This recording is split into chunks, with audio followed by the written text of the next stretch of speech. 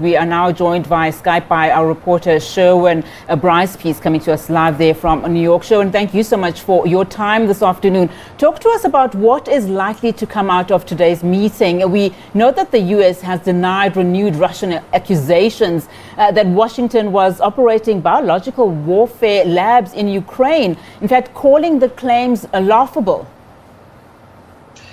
What informs us, Unati, about a meeting like this is pretty much what we've seen in the Security Council as it relates to Ukraine in the various meetings, emergency sessions, humanitarian briefings that we've seen. It eventually devolves into a he said, she said, or she said, he said scenario, right? The Russians are now claiming, according to the Russian military, that they've uncovered evidence of US-funded biological programs in Ukraine, including, they say, they've got documents confirming the development of these biological weapons components. They say the US has instructed Ukraine's Ministry of Health to eliminate, quote, stored stocks of dangerous pathogens following Russia's incursion into Ukraine. As you correctly point out in your introduction, this has been vehemently denied by the United States. Jen Psaki, the White House press secretary, in a series of tweets earlier this week, said they took note of Russia's false claims about alleged US biological weapons labs and chemical development. This, she says, is preposterous. It's the kind of disinformation operation we've seen repeatedly from the Russians, she says, over the years, and other countries which have been debunked. And as an example of the types of false pretexts that they use for wanting to use chemical and biological weapons themselves in Ukraine. So, listen, we're going to get briefed by the High Representative for Disarmament Affairs from the United Nations. We're also going to get a briefing from the Undersecretary General for Political and Peace Building Affairs, and then we have to see where the chips may fall. But essentially, you're going to have the Russians saying this is what the US is doing, and the response from the United States will be that that's nonsense.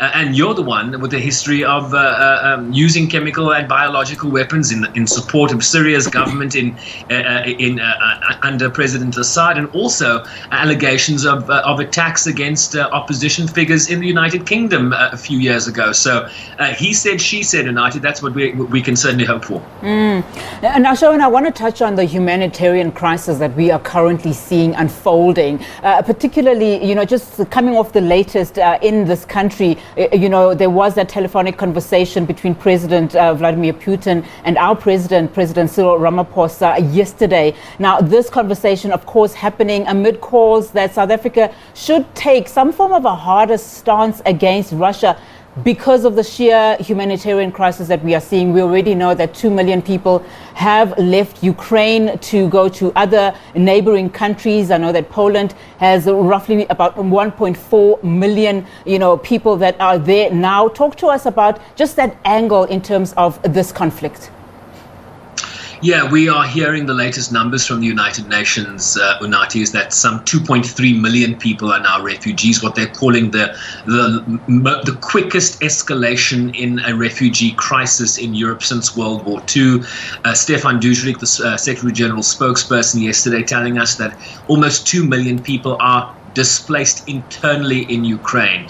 Yesterday, we also attended a briefing with the UN Population Fund, and they talk about, the fact that women and children are disproportionately affected by all conflicts, and no different in this case. And they talk about, what it is like to be a woman seeking to flee your own country, and they talk about how they provide dignity kits in terms of sanitary pads and things that you wouldn't necessarily think of when you're grabbing your belongings to leave in an emergency situation. So this is an escalating situation. The longer this conflict drags on, the greater and more acute the humanitarian situation is going to become.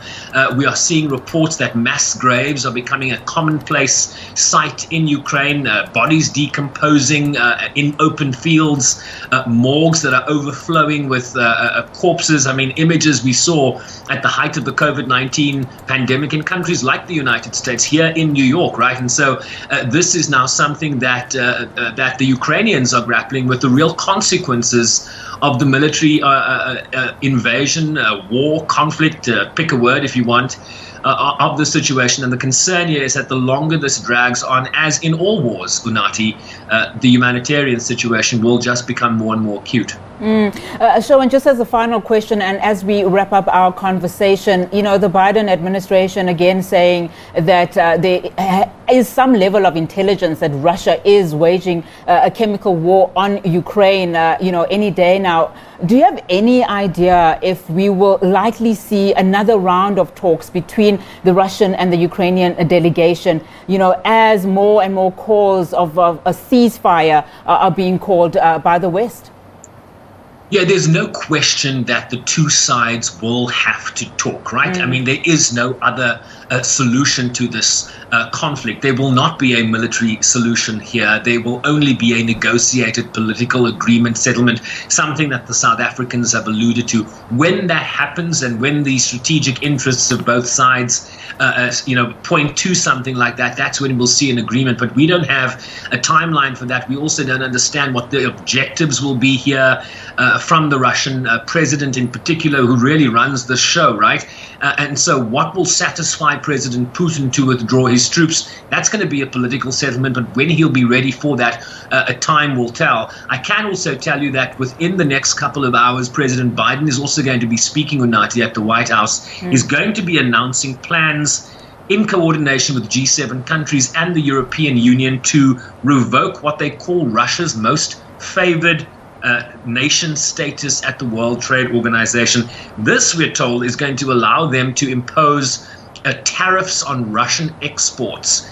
And so just another economic punitive measure that is being applied here by Western nations on an economy, we are told now, that is heading into a very deep recession. So just adding an additional layer of economic pressure here. The president going to speak later this morning here in Washington, Unati. Well, thank you so much for that, Sherwin. Of course, all eyes on that UN Security Council meeting that will be held today, of course, at the request of Russia. Sherwin Bryce-Pease coming to us live there from New York.